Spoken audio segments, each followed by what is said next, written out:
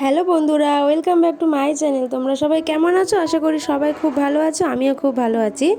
আর দেখো, সকালবেলা ঘুম থেকে উঠে ওই ঘরের বিছানাটা আর কি কমপ্লিট হয়ে গেছে। আর এই যে এই ঘরের বিছানাটা ঠিকঠাক করতে এলাম, দেখো জানলাগুলো খুলে দিচ্ছি। তো রাস্তার জানলাটা খোলা হয়ে গেছে, আর এইদিকে জানলাটাও খুলে দিচ্ছি। তো দেখো বিছানাটা আর কি ভালো করে পরিষ্কার করে নিচ্ছি।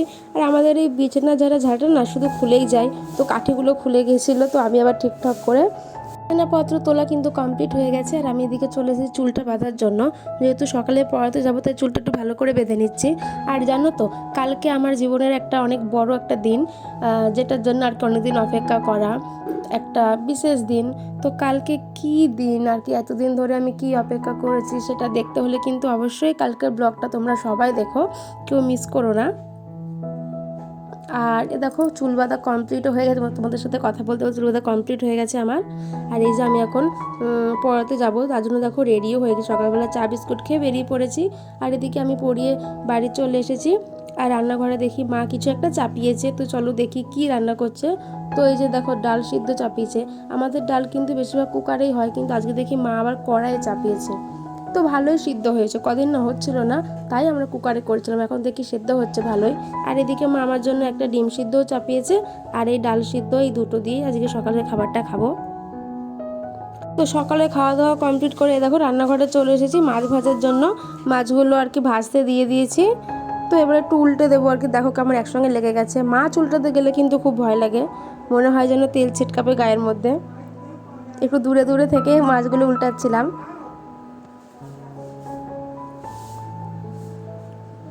তো মাছ ভাজা হয়ে গেছে দেখো, পরে পটলগুলোও ভেজে নিয়ে রেখে দিয়েছি একসঙ্গে। আর এই যে এখন আলুগুলো দিয়ে দিয়েছিলাম, দেখো আলুগুলো ভাজা ভাজা হয়ে গেছে অনেকটাই। আর এবার মশলাগুলো দিয়ে দেবো। এই তো মশলাগুলো দিয়ে দিয়েছি, দেখো মশলাটা দিয়ে ভালো করে কষিয়ে নেবো আলুগুলো। আর পটলগুলো না এখন দিয়ে কষাচ্ছি না, যেহেতু নরম তো আর কি গলে যাবে, তো তার জন্য একবারে ঝোলে দিয়ে দেবো। তো দেখো ঝোলে পটলগুলো দিয়ে দিয়েছিলাম, আলুগুলো সেদ্ধ হয়ে এসেছে। আর এখন মাছটা দিয়ে দিলাম, মাছটা দিয়ে কিছুক্ষণ ফুটবে, তারপরে নামিয়ে নেব। আর এদিকে তো মাছের ঝোলটা হয়ে গেছে, নামিয়ে নিয়েছি। আর দেখো এদিকে ঢ্যাঁড়স, পেঁয়াজ, আলু এগুলো দিয়ে বসিয়েছি, আজকে ঢ্যাঁড়সের ঝাল হবে।